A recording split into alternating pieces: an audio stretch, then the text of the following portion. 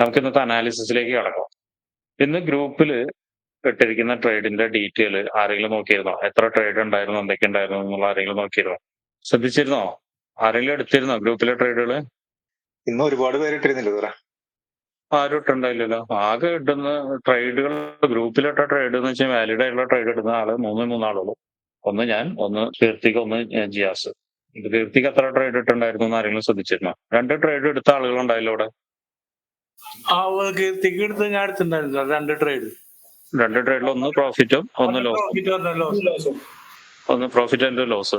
ഒന്ന് mute ചെയ്തോട്ടാ. Ajay Ghosh mute ചെയ്തോ. അജയ് ഘോഷിനോട് ഞാൻ സംസാരിക്കാം. ഇന്ന് ഗ്രൂപ്പിലിട്ടത് 2 ട്രേഡാണ്. 2 ട്രേഡാണ് ഞാൻ ഇട്ടുണ്ടായിരുന്നു. ഞാൻ ഇട്ടത് എന്തായിരുന്നു? വാലിഡേറ്റ് ആയില്ല, എക്സിക്യൂട്ട് ആയില്ല. ഒരുപക്ഷെ ഇപ്പോ താഴോട്ടേക്ക് വരുന്ന വരവിൽ ഉണ്ടാവാൻ സാധ്യതയുണ്ട്. ഞാൻ അതിനു വേണ്ടി വെയിറ്റ് ചെയ്ത് നിൽക്കുകയാണ്. അങ്ങനെയാണെങ്കിൽ നമുക്ക് വലിയൊരു ട്രേഡ് കിട്ടാൻ സാധ്യതയുണ്ട്. എനിവേ, ഗ്രൂപ്പിലിട്ട് 2 ട്രേഡ് ആയിരുന്നു. ഒന്ന് 2 ഇട്ടത് കീർത്തിക്കായിരുന്നു. കീർത്തിക്ക് ഇട്ടതിൽ ആദ്യത്തെ ട്രേഡ് എന്ന് വെച്ചിട്ടുണ്ടെങ്കിൽ 35 വിപ്പ് കളക്ട് ചെയ്തിട്ടുണ്ട്. രണ്ടാമത് 15 വിപ്പ് സ്റ്റോപ്പ് ലോസ് ആണ്. നമുക്ക് ആദ്യം ആ 2 ട്രേഡിനെ കുറിച്ചിട്ടുള്ള ഒരു അനാലിസിസ് നടത്താം. അതിനു മുന്നേ ടോട്ടൽ പ്രോഫിറ്റ് എന്ന് പറയുന്നത് 350, ടോട്ടൽ ലോസ് എന്ന് പറയുന്നത് -150 ആണ്. ഇപ്പൊ ടോട്ടൽ PNL, പ്രോഫിറ്റ് ആൻഡ് ലോസിൽ വരുന്നത് ഇന്നത്തെ ദിവസത്തെ $200 ആണ് ഇന്നത്തെ ദിവസത്തെ വരുന്നത്. ആ സ്റ്റാൻഡേർഡ് ലോട്ടിലേക്ക് നമ്മൾ കൺവേർട്ട് ചെയ്യുന്ന സമയത്താണ് ഇത് വരുന്നത്. Support and resistance trend line strategy വെച്ചിട്ടാണ് ട്രേഡ് എടുത്തിരിക്കുന്നത്.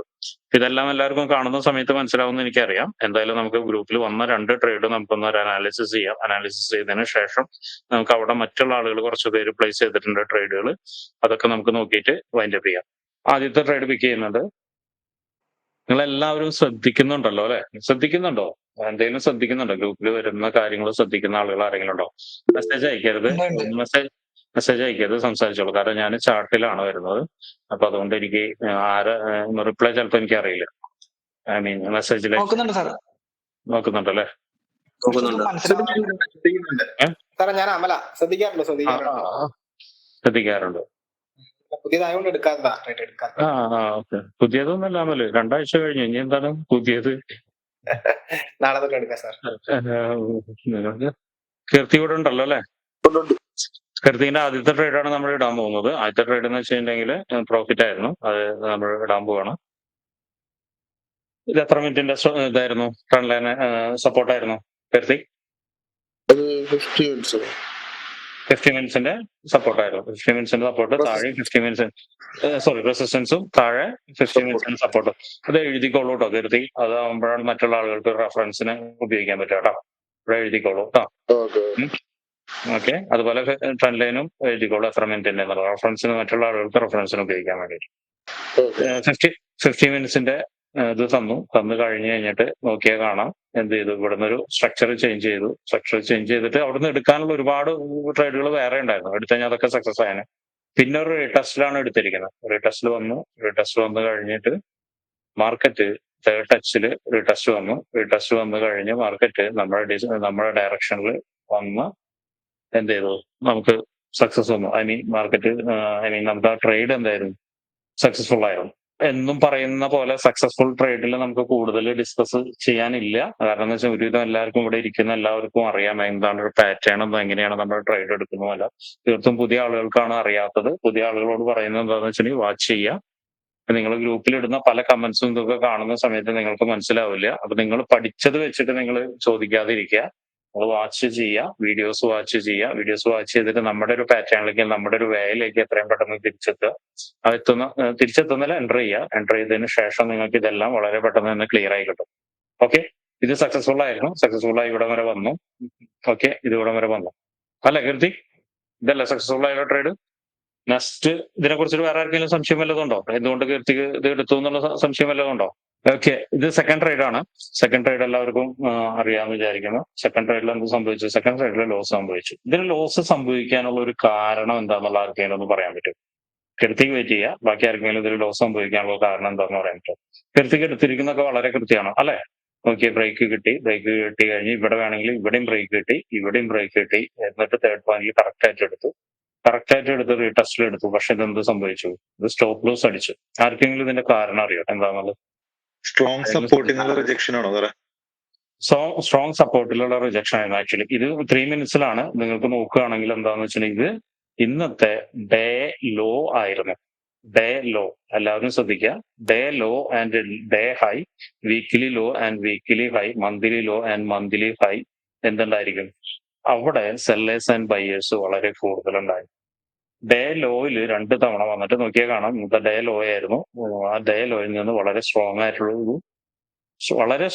ഒരു റിയാക്ഷൻ തന്നു. റിയാക്ഷൻ തന്നു കഴിഞ്ഞിട്ടാണ് ഈ ഒരു ട്രേഡ് എടുത്തത്. അങ്ങനെ ഒരു റിയാക്ഷൻ തന്നിട്ടുണ്ടെങ്കിൽ നോക്കിയാൽ കാണാം, ഇത് 3 മിനിറ്റിന്റെയാണ്. 50 മിനിറ്റ്സിന്റെ നോക്കിയാൽ കാണാൻ എന്താണ്, ഇതിന്റെ മുകളിലാണ് ക്ലോസ് ചെയ്തിരിക്കുന്നത്. ഞാൻ കാണിച്ചു തരാം. 50 മിനിറ്റ്സിന്റെ 1 അവറിലൊക്കെ കാണിച്ചു തരാം. സോണിന്റെ മുകളിൽ റിജക്ഷൻ തന്നിട്ട് ഈ സോണിന്റെ മുകളിലാണ് ക്ലോസ് ചെയ്തിരിക്കുന്നത്. പിന്നെ മാത്രമല്ല ഇവിടുന്ന് കണ്ടിന്യൂസ് ആയിട്ട് കുറച്ച് ക്യാൻഡിൽസ്, ബുള്ളിഷ് ക്യാൻഡിൽസും തന്നിട്ടുണ്ട്. അപ്പൊ അങ്ങനെ വരുന്ന സമയത്ത് ഈ ഒരു ട്രേഡ് എടുക്കാൻ പാടില്ല. എപ്പോഴും ഞാൻ പറഞ്ഞിട്ടുണ്ട് എന്താണ്, റിജക്ഷൻ ക്യാൻഡിൽ, മിക്കവാറും റിജക്ഷൻ ക്യാൻഡിൽ കിട്ടിയിട്ടുണ്ടെങ്കിൽ എന്തായിരിക്കും അതിന്റെ അർത്ഥം? എന്താണ് വിജയ് എന്താണ്? വിജയ് അല്ല എന്നോട് പറഞ്ഞു ചോദിച്ചത്, ജിൻസനെ ചോദിച്ചു.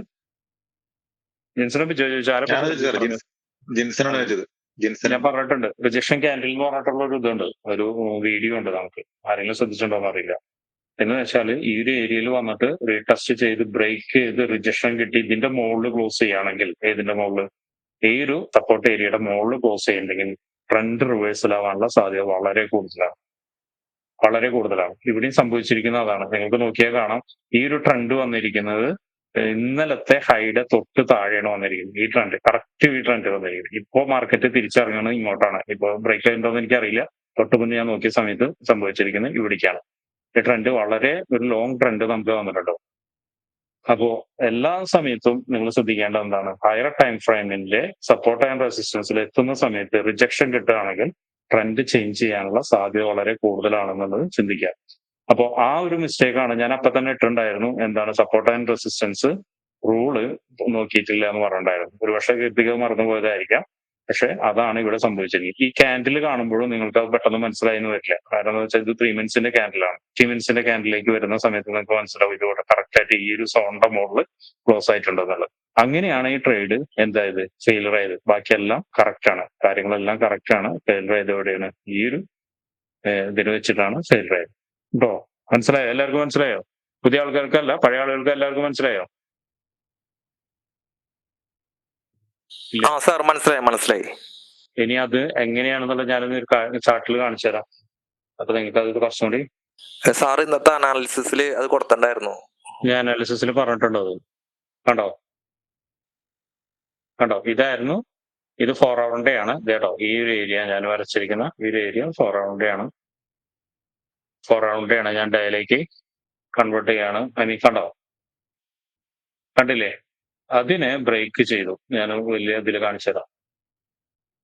അതിനെ ബ്രേക്ക് ചെയ്തിട്ട്, ലോനെ ബ്രേക്ക് ചെയ്തിട്ട് എന്താ സംഭവിച്ചിരിക്കുന്നത്, റിജക്ഷനാണ് കിട്ടിയിരിക്കുന്നത്. 1 hourലേക്ക് പോകുന്ന സമയത്ത് നിങ്ങൾക്ക് ക്ലിയർ ആയിട്ട് കാണാം. ലോനെ ബ്രേക്ക് ചെയ്തിട്ട് നല്ലൊരു എന്ത് കിട്ടി, റിജക്ഷൻ ക്യാൻഡിൽ കിട്ടി. വീണ്ടും നോക്കിയാൽ കാണാം 30 മിനിറ്റ്സിൽ എന്ത് കിട്ടിയിട്ടുണ്ട്, നമുക്കൊരു ഡോജി കിട്ടിയിട്ടുണ്ട്. റിജക്ഷൻ ഡോജി കിട്ടിയിട്ടുണ്ട്. നമുക്ക് 50 മിനിറ്റ്സിൽ എന്താണ്, എൻഗൾഫിംഗ് കിട്ടിയിട്ടുണ്ട് അല്ലേ? എൻഗൾഫിംഗ് കിട്ടിയിട്ടുണ്ട്. അപ്പോ ഇങ്ങനെ വരുന്ന സമയത്ത് പ്രത്യേകിച്ചും റിജക്ഷൻ വന്നിട്ട് ഇതിന്റെ മുകളിൽ ക്ലോസ് ചെയ്യുന്ന സമയത്ത് എന്താണ്, നമുക്ക് എടുക്കാതിരിക്കുക ആ ട്രേഡ്. നമുക്ക് എന്താണ്, ഓപ്പോസിറ്റ് എന്നല്ല, ഇപ്പൊ ഡൗൺ ട്രെൻഡ് ആണെങ്കിൽ എടുക്കാതിരിക്കുക. നമ്മൾ വെയിറ്റ് ചെയ്ത് നിൽക്കുക. അടുത്ത ലൈൻ ബ്രേക്ക് ആവുന്നുണ്ടോ എന്ന് അറിയാൻ വേണ്ടിയിട്ട് വെയിറ്റ് ചെയ്ത് നിൽക്കുക. അടുത്ത ലൈൻ എന്ന് പറഞ്ഞാൽ അടുത്ത ഹൈ ബ്രേക്ക് ആവുന്നുണ്ടോ എന്ന് അറിയാൻ വേണ്ടിയിട്ട് വെയിറ്റ് ചെയ്ത് നിൽക്കുക. എന്നെ കാലത്ത് അത് ശ്രദ്ധിച്ചിട്ടുണ്ടായിരുന്നു. ഞാൻ അവിടുന്ന് ഒരു എൻട്രിയും കൂടി പ്ലേസ് ചെയ്യാനുള്ള പ്ലാൻ ഉണ്ടായിരുന്നു എനിക്ക് അവിടെ.